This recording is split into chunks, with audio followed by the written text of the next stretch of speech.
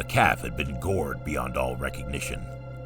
Lying in the field, its mother licked the hole its intestines had been pulled from.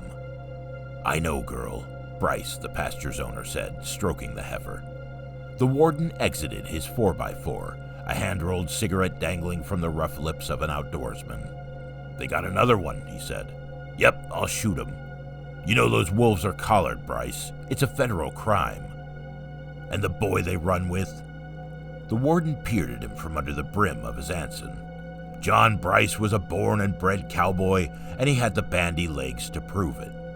"I know it's him, Warden, the dog-faced boy of the Ashton Woods." That rumor had started after the raid up Cooper's Creek.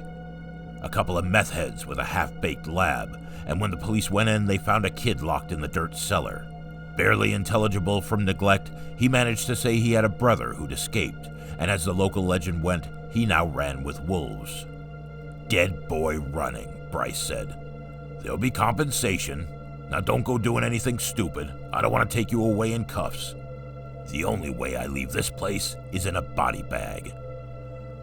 Bryce lay on the bluff. On the still pasture, the cows softly lowed. The pines of the wood cut black silhouettes against the silvery full moon.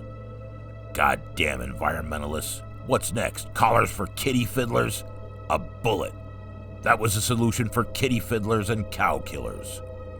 Spectral forms emerged from the undergrowth, creeping across the pasture. He waited as long as he dared, and then lit them with a 1,000,000-candle hunting torch. Bang! Hit. Silence. Bryce loped across the pasture. With the torch, he lit up his quarry. I'll be damned. He got him, the dog-faced boy. But there was a tag on his skinny wrist. He weren't no wolf, so why was he tagged? The body stirred. He was a boy, no doubt, but he had no dog's face. But then again, he had no human face either. It was smooth, hairless, no contours other than black eyes like a squid.